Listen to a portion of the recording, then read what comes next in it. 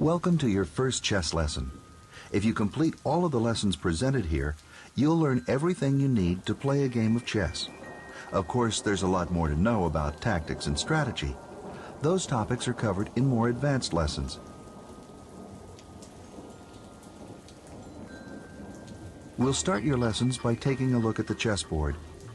The chessboard is made up of 64 squares, in a pattern of 8 by 8, alternating black and white, or dark and light in color.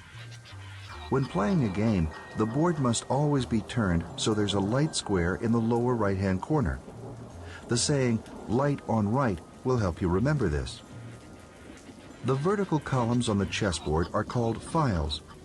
You might remember this by thinking about a vertical file cabinet.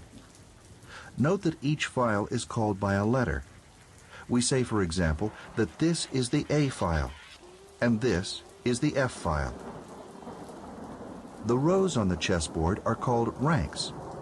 You can remember this by noting that both row and rank start with the letter R. Note that each rank is called by a number. We say this is the second rank, and this is the fifth rank.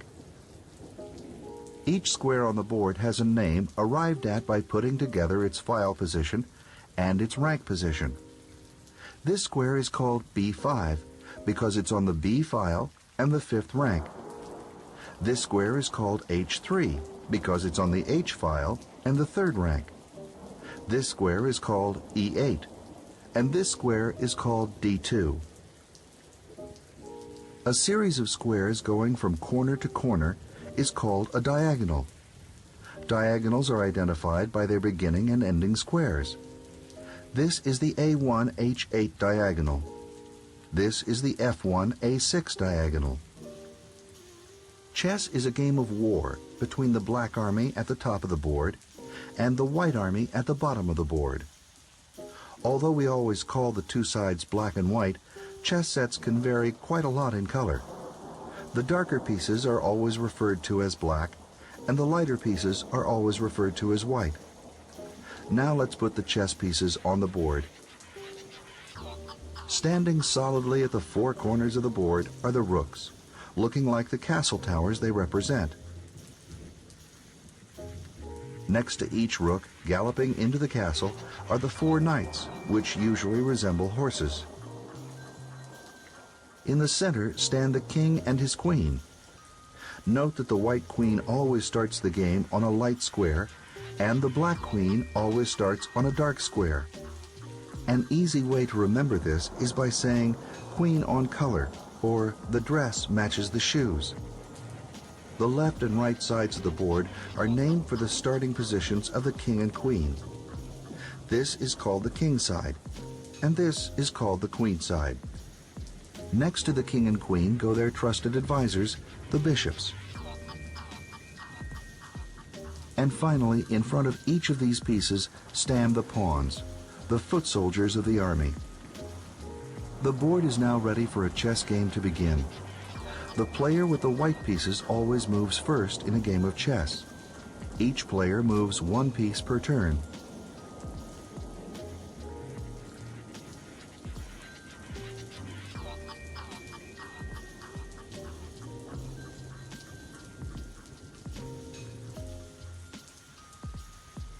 Is this board set up correctly to start a game? Correct. The board must be turned so that there's a white square in the lower right corner. Click on square F7. Correct. Click on square B4. That's right. Click on all of the squares in the second rank.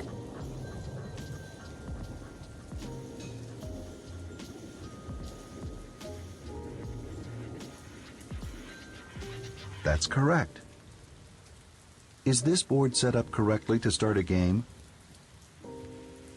Correct. There's a white square in the lower right corner, and all of the pieces are in their correct places. Click on square G2. You got it right. Click on all of the squares in the B1H7 diagonal.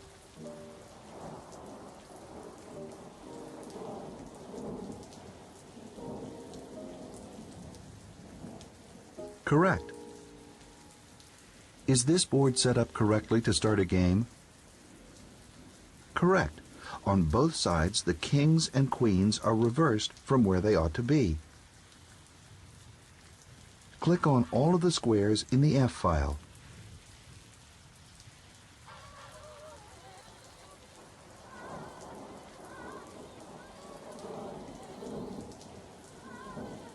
That's right. Type in the name of the highlighted square. That's correct.